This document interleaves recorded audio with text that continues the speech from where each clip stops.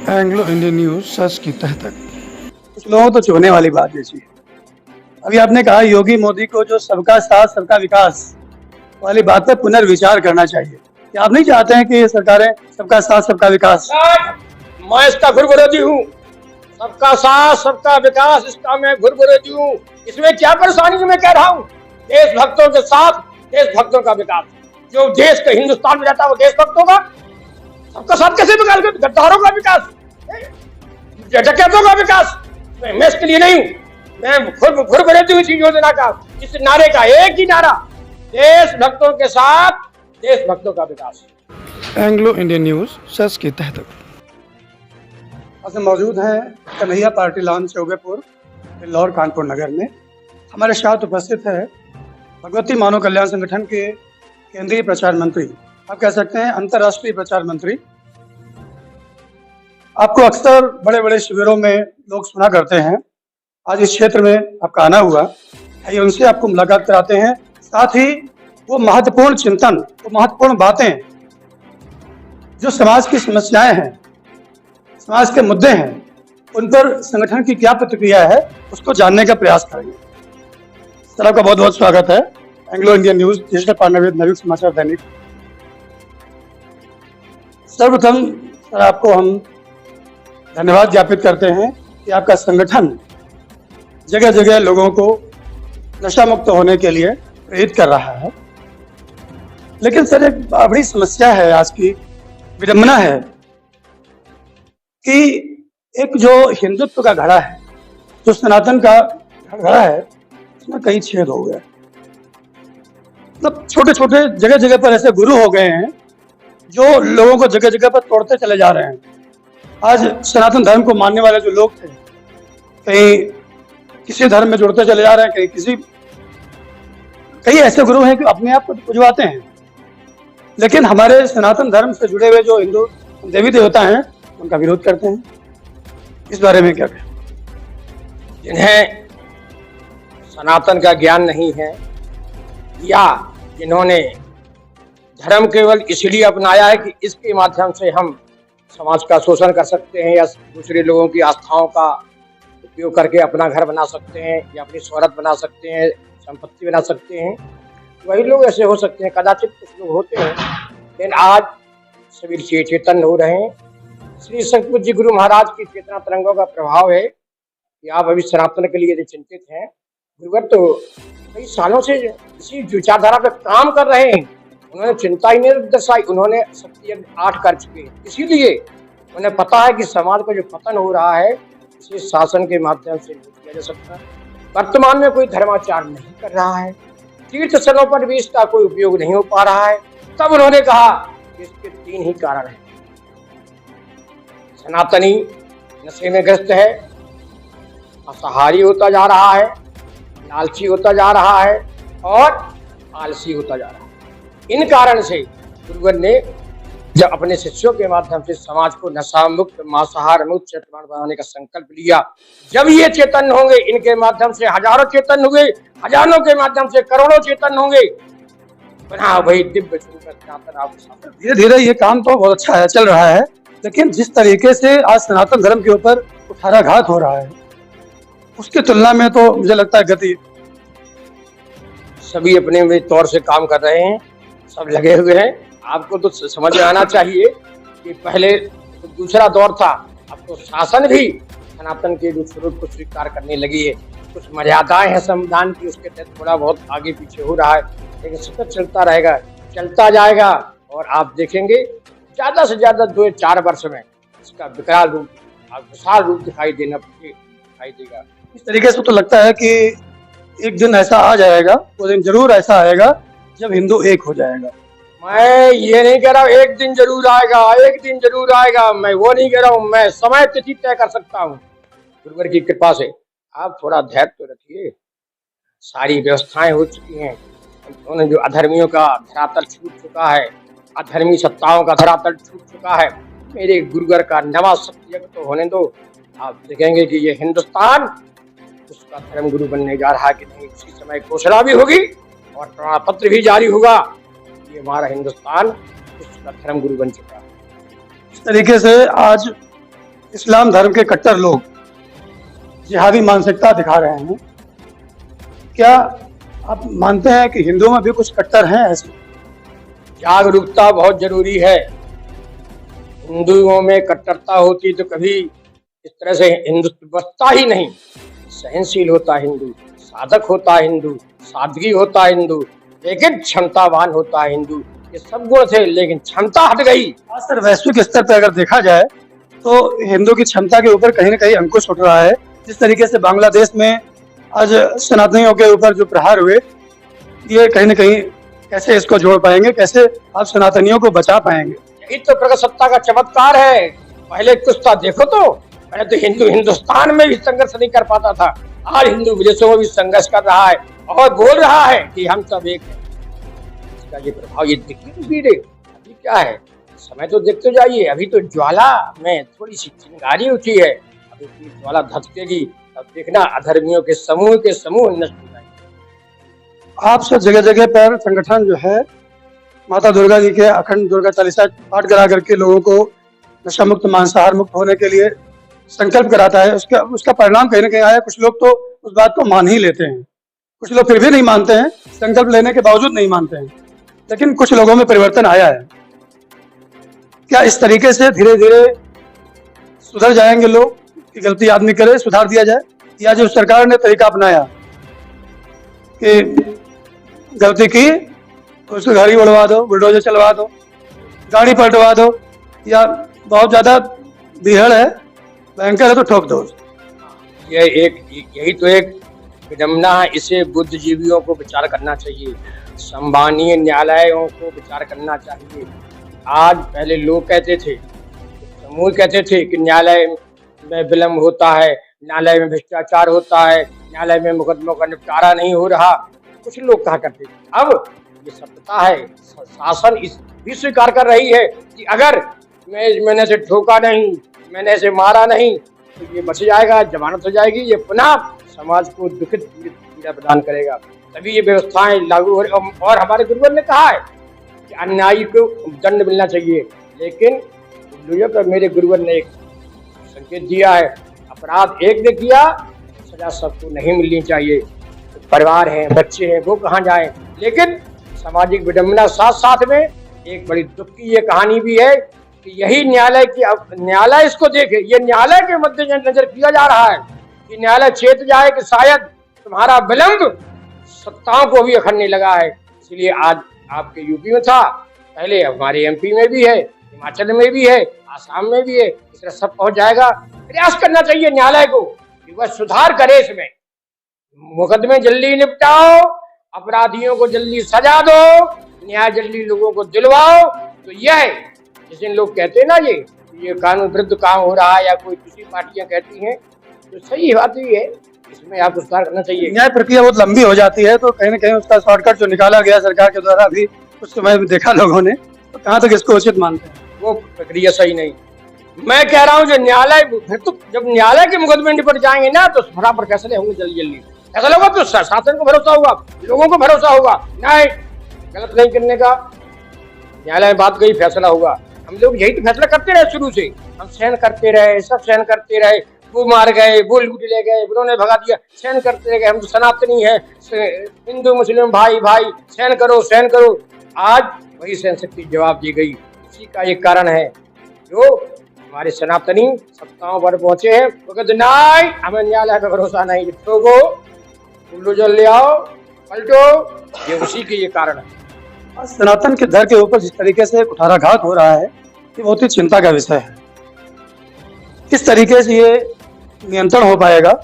सनातन धर्म को मानने वाले लोगों के लिए, धर्मावलंबियों के लिए आप भगवती मानव कल्याण संगठन की तरफ से क्या कुछ संदेश प्रेषित करना चाहिए? जब तक व्यक्ति नशा मुक्त मांसाहार मुक्त चरित्रवान नहीं बनेगा, ना वो मानव बनेगा, ना सनातनी बनेगा। इसलिए जरूरी है आप किसी भी कथा में हो, किसी की कथावाचक हो, मंदिर पुजारी हो, महंत हो, शंकराचार्य कुछ भी हो, आप अपने शिष्यों को, आप अपने भक्तों को पहले नशा मुक्त मांसाहार मुक्त चरित्रवान बनाइए। जब वह तीनों इन व्यवस्थाओं में खड़ा उतरने लगेगा, उसकी आस्था बढ़ेगी, उसका साहस बढ़ेगा, उसका शौर्य बढ़ेगा, उसके अंदर सद्विचार बढ़ेंगे, चारों का सामंजस्य होगा, सनातन संबल प्रदान करेगा। सर, पिछले कुछ दिनों में आपके संगठन के जो संस्थापक हैं महाराज जी, उन्होंने देश के प्रधानमंत्री और यूपी के जो मुख्यमंत्री हैं उनकी कुछ बिंदुओं पर प्रशंसा की है। कहीं न कहीं उनका भी मानना है कि जो योगी बोल रहे हैं, मोदी बोल रहे हैं कि धीरे धीरे भारतवर्ष विश्व गुरु बनने की तरफ आगे बढ़ रहा है। क्या स्थिति है? क्या वास्तव में एक दिन ऐसा आएगा भारत विश्व गुरु बनेगा? अभी तो कितना समय लग जाएगा? जैसे आप अभी डेट की बात कर रहे थे, तो जनमानस जानना चाहता है वो कौन सी डेट है, कब तक बन पाएगा धर्म? मैंने बताया भी, आपने कहा ना मोदी और योगी, हमारी खुद राजनीतिक पार्टी है, लेकिन मैं दूसरी छाया के चक्कर में मुझसे कहो पेड़ मत लगाओ, वो छाया है तो कहीं वो पेड़ ढह गया, कहीं वो पेड़ सूख गया, तो कहाँ से छाया आएगी? उसके लिए मुझे पार्टी जरूरी है। एक मकान भव्य बना हुआ है तो हम अपनी दूसरी नींव भर रहे हैं। शायद ये मकान गिर गया, ध्वस्त हो गया, तो हम दूसरी भारत कृत अपना आसरा तैयार करके समाज को ला सके, इसलिए जरूरी है। अब आपने कहा फिर पुनः, मैं पुनः कह रहा हूँ, योगी और मोदी जी के द्वारा इन्होंने जो भी किया है 10 साल में किया, 12 साल जो हुआ है तो 70-80 साल में नहीं हुआ। जिस तरीके से प्रधानमंत्री मोदी वैश्विक नीति अपना रहे हैं, जगह जगह पर उनका सम्मान किया जा रहा है, उसको देख करके और हिंदुस्तान के जो गुरु लोग हैं, जो महात्मा लोग हैं, उनकी जो कार्यशैली है, उसको देख करके लोग अनुमान लगा रहे हैं कि जल्दी हिंदुस्तान विश्व गुरु बनेगा। कब बनेगा, उसको जानने के लिए आइए हम आपको सुनवाते हैं भगवती मानव कल्याण संगठन के केंद्रीय प्रचार मंत्री वीर दीक्षित जी को, उन्होंने क्या कुछ कहा। जागृत भारत चल ही रहा है, मैं पुनः तारीख दे रहा हूँ, जैसे ही मेरे गुरुवर का नवा यज्ञ प्रारंभ होगा, विश्व के हमारा भारत धर्म गुरु की प्रथम घोषणा यही होगी कि हमारा भारत विश्व धर्म गुरु बन चुका है। अच्छी बात है कि भारत, हम सभी के लिए खुशी की बात है, भारत धर्म गुरु बने।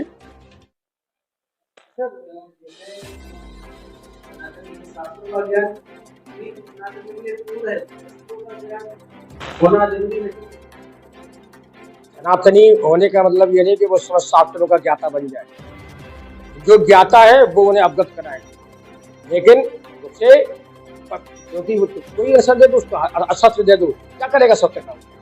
अगर वो लालची है, अगर वो आलसी है, अगर वो नशेड़ी है, तो वो सत्य का भी उपयोग नहीं कर सकता। पहले वही सब आइए, नशा मुक्त, मांसाहार मुक्त, चरित्रवान, तीनों ये गुण होंगे तो वह शास्त्र का और सत्य का उपयोग करना जानेगा। और जब विपक्षी सुनते हैं आपके गुरुदेव जी को और जिस तरीके से योगी मोदी की प्रशंसा करना चालू किया है, उससे विपक्षियों में, विपक्षी तो नहीं कहना चाहिए बल्कि बीजेपी के विपक्षी हैं, आपके लिए तो कोई विपक्षी ही नहीं है। जब आप धार्मिक संगठन से हैं तो धर्म के व्यक्ति के लिए तो कोई विपक्षी नहीं है। लेकिन कांग्रेसी और सपा के लोगों से बातचीत हुई तो उन लोगों का ऐसा अनुमान है कि क्या आपकी पार्टी का जो तीसरी धारा बनाई गई है, बनी है, क्या उसका कभी विलय होने या ऐसे कुछ संभावना क्या, ये तो सोचना ही अनुचित है। हमने पार्टी सत्ता के लिए नहीं बनाई, हम सबका सहयोग करते हैं। हमारे सदगुरुदेव के आशीर्वाद से कई कांग्रेसी विधायकों को जिताया गया। मध्य प्रदेश के पूर्ण सिंह राजपूत, लखनलाल पटेल, कई लोग ऐसे पहले जो रहे हैं कांग्रेस में, वो जीते हैं और उनको जयश्री प्राप्त हुई है। हमारा पार्टी से नहीं, हमारा मतलब है हमारे सिद्धांतों से। अगर आपको हमारे सिद्धांत पसंद है, हमारे गुरुवर की विचारधारा पसंद है, हमें वो हर व्यक्ति पसंद है, चाहे वो किसी भी पार्टी का हो।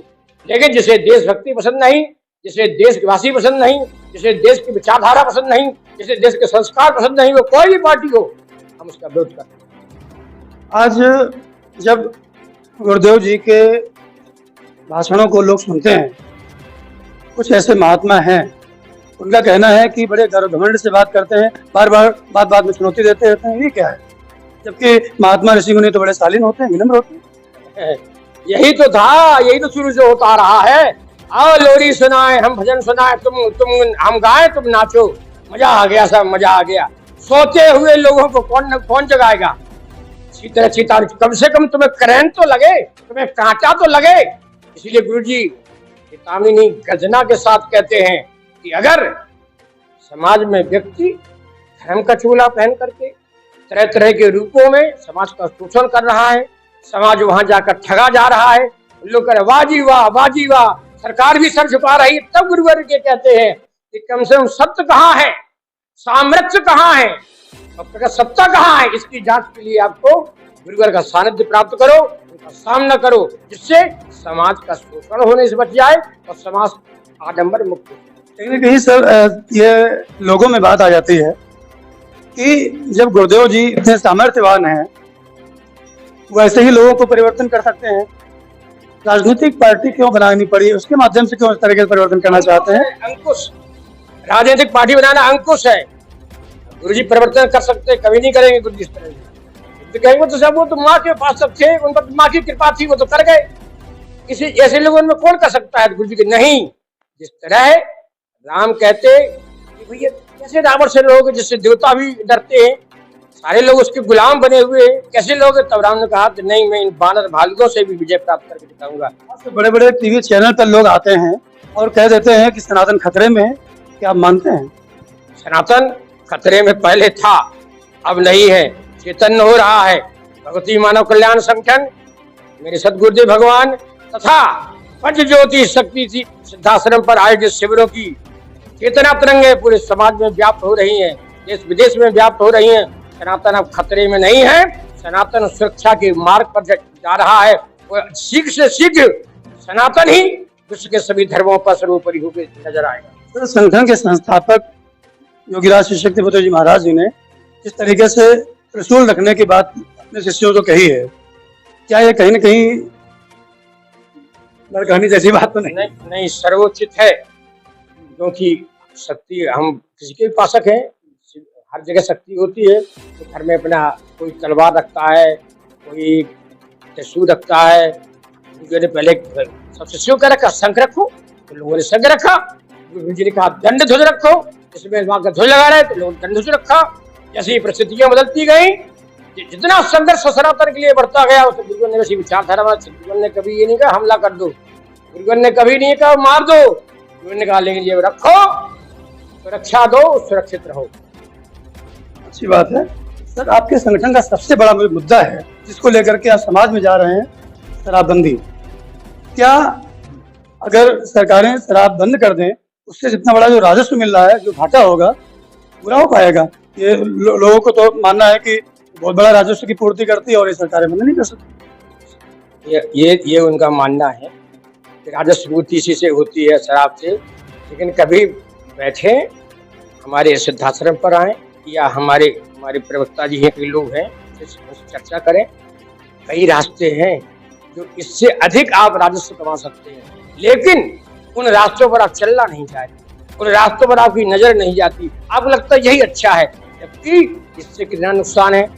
शराब बेची, फिर उसका राजस्व आया, फिर एक्सीडेंट हुआ, उसे पैसा दो, बीमारी से मर गया, उसे पैसा दो, वहां वो लुट गया, उसे पैसा दो, फिर वही पैसा आपने सहानुभूति के तौर पर कई तरह की योजना में जनता को फिर दिया। क्या मतलब होगा उससे?